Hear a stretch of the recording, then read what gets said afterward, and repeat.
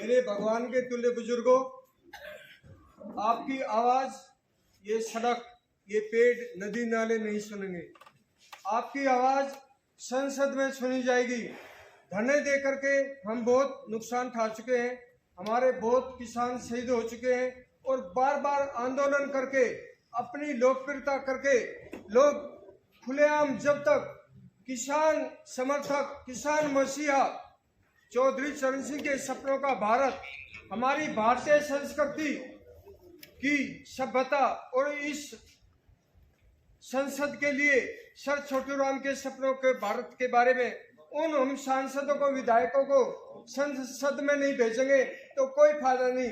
चडूनी जी को मैं पर्सनली क्यों पसंद करता हूं, क्योंकि इन्होंने सरेआम घोषणा किया है कि अब की बार किसान सरकार, और अगर किसान सरकार का नाम लिया है मुडलाना में, मैं मंच पे ही था, कुलदीप जी वहां पे थे, विधायक जी थे हमारे, इन्होंने सबके सामने कहा है हम चौधरी चरण सिंह के परिवार के पौत्र, उनके खून को, जैन चौधरी को प्रधानमंत्री, मुख्यमंत्री सतपाल मलिक को चाहते हैं।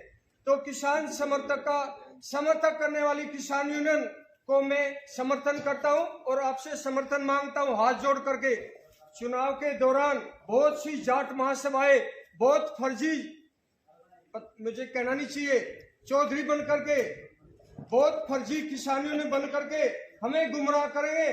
घर से पता चलेगा ना तो ये जाट है ना ये किसान है। ऐसे पैसे के लोगों से बचना है और हमें सच्चे लोगों के साथ दे करके अपना किसान संसद पहुंचाना है। अब ज्यादा समय न लेते हुए अभी मैं निवेदन करता हूं कि कुलदीप उज्जवल जी से वे अपने विचार व्यक्त करें।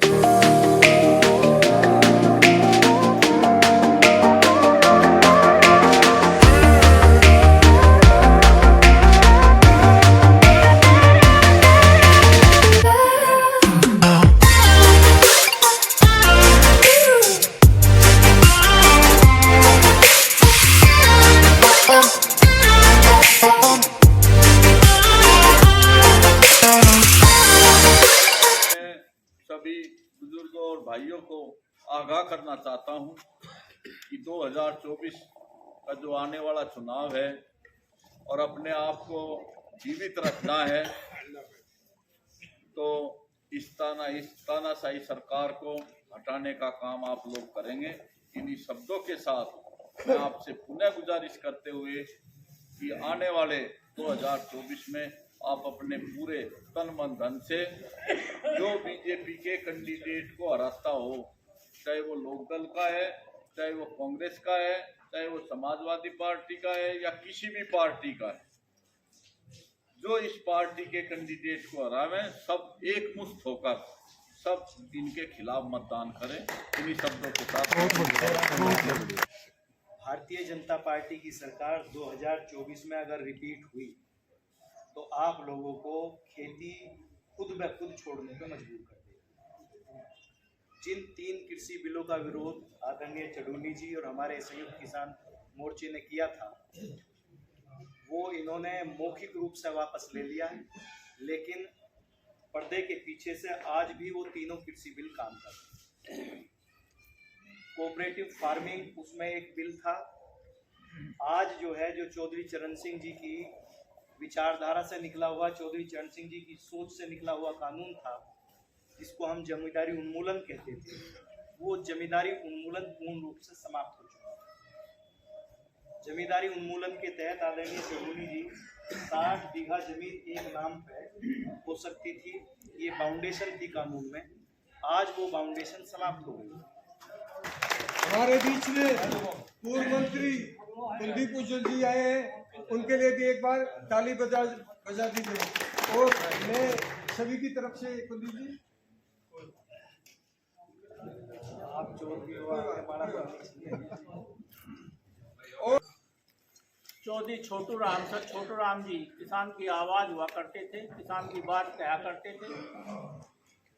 उसके पश्चात चौधरी चरण सिंह हिंदुस्तान के किसानों की आवाज रहे, किसान हित में बहुत काम किए, उन्हें किसानों के मसीहा के रूप में जाना जाता है। और जब तक ये हिंदुस्तान का किसान रहेगा, तब तक चौधरी चरण सिंह किसानों के मसीहा रहेंगे और उन्हें लोग याद करें। आप सोच लोगे इनकी लिखा से बच जाओगे तो बढ़िया से व्यापारियों का से उन्हें का सुविधा है, उन्हें का पैसा है। यहाँ तो भूखमरी पर कितना मजदूर चाहिए उनके लिए। जिसका हम इतनी देर से इंतजार कर रहे थे, जिस घड़ी का हमारे किसान इस समय के किसानों के शहीद भगत सिंह का रूप लेकर के श्री गुणाम चौधरी जी से निवेदन करता हूँ कि वे सभा को संबोधन करें।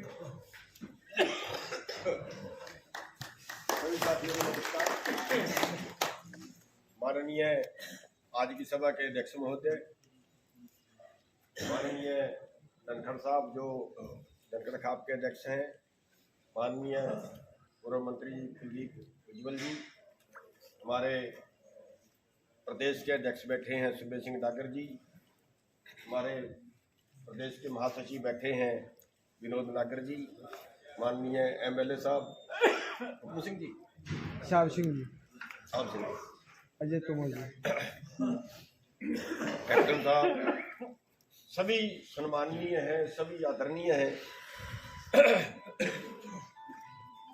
साथियों,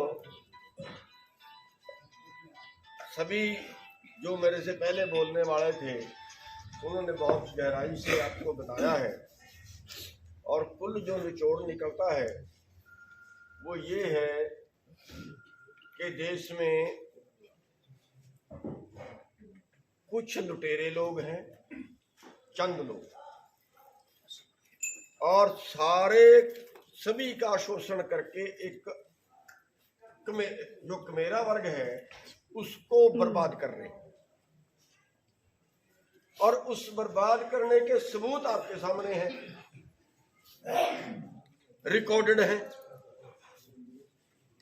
आज किसान सुसाइड कर रहा है, आज मजदूर सुसाइड कर रहा है, आज आड़ती बेरोजगार रोजाना सुसाइड कर रहे हैं। आज 8-8 हजार रुपए में आपके बेटे जो हैं वो शहर में जाके काम कर रहे हैं। कुछ काम करने के लिए नहीं है, देश छोड़ के जा रहे हैं। हरियाणा पंजाब का तो हाल ये है, गांव के गांव खाली होगी। अगले 20 साल में पूरा गांव में शायद कोई घर बचेगा, ये हाल है। हमारे अपने गांव से करीब 225 लड़के बाहर जा चुके हैं और कम से कम उनमें से 100 परिवार ऐसे हो गए जिनका आगे यहाँ कुछ नहीं है। ऐसा क्यों? जिस देश को हम सोने की चिड़िया कहते थे, जिस देश को हम भारत महान कहते थे, उस देश में आज सबसे ज्यादा भुखमरी दुनिया में टॉपर कह लीजिए। 117 देशों में भुखमरी है, किसी में थोड़े किसी में ज्यादा, लेकिन भारत में जो है 117 देशों में 107वें स्थान पे है। यानी सबसे ज्यादा भुखमरी भारत में। और 23 करोड़ लोग आज ऐसे हैं जो एक टाइम की रोटी खा सकते हैं, 2 टाइम की रोटी खाने के पैसे नहीं है। बाकी सुविधाएं भाड़ में जाएं। मैं राष्ट्रीय नमूना सर्वेक्षण का आंकड़ा बता रहा हूं आपको, 2014 का 45% बच्चे उन्होंने बताए यहाँ के जिनको हम पूरी खुराक नहीं दे सकते। मैं खाने की हालत बता रहा हूं। और उत्तर प्रदेश का जो उस राष्ट्रीय नमूना सर्वेक्षण ने आंकड़ा दिया, किसानों का उन्होंने आंकड़ा अलग निकाला और उसमें खेती से हमारी क्या आमदन है वो बताई। उसने पंजाब की बताई 10,000 रुपए प्रति महीना प्रति किसान। 10,000 को ज्यादा नहीं है, गुजारा नहीं होता 10,000।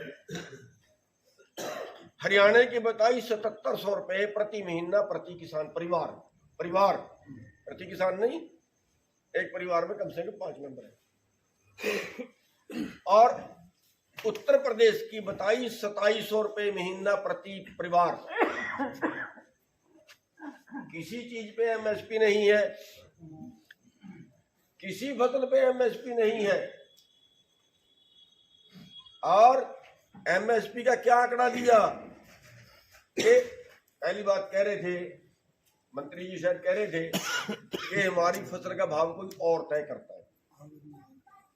कर दिया, अरे जो कर दिया वो तो दे दो। मैं गलत बोल रहा हूँ क्या? सही बोलिए जी। अरे जो कर दिया हमारे से पूछ के नहीं किया, जो किया वो तो दे दो। थाने वाले को जो मर्जी भाव दे, क्यों? क्योंकि सारा अंगूर तो उनके पास है, सारा सेब तो उनके पास है, और उसके आगे जो क्लस्टर बना रहे हैं, जो पूरा अनाज है, ये पीछे जो कानून बने थे वो यही था कि उसमें स्टॉक सीमा हटा दो।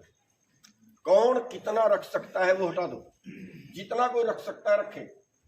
आपके ध्यान होगा कि 2014-15 का साल था, आपको दाल मिली थी 200 रुपए किलो, याद है? उसके पहले साल थी 50 रुपए किलो। महाराष्ट्र की सरकार ने एक गुप्त चिट्ठी लिखी थी कि कोई भी स्टॉकिस्ट, कोई भी व्यापारी जितना मर्जी दाल रख ले। केवल 7 या 8 व्यापारी देश के, उन्होंने पूरे देश की दाल खरीद के रखी और 50 रुपए किलो वाली दाल 200 रुपए में बेची। जेब तो आपकी ही कटी थी।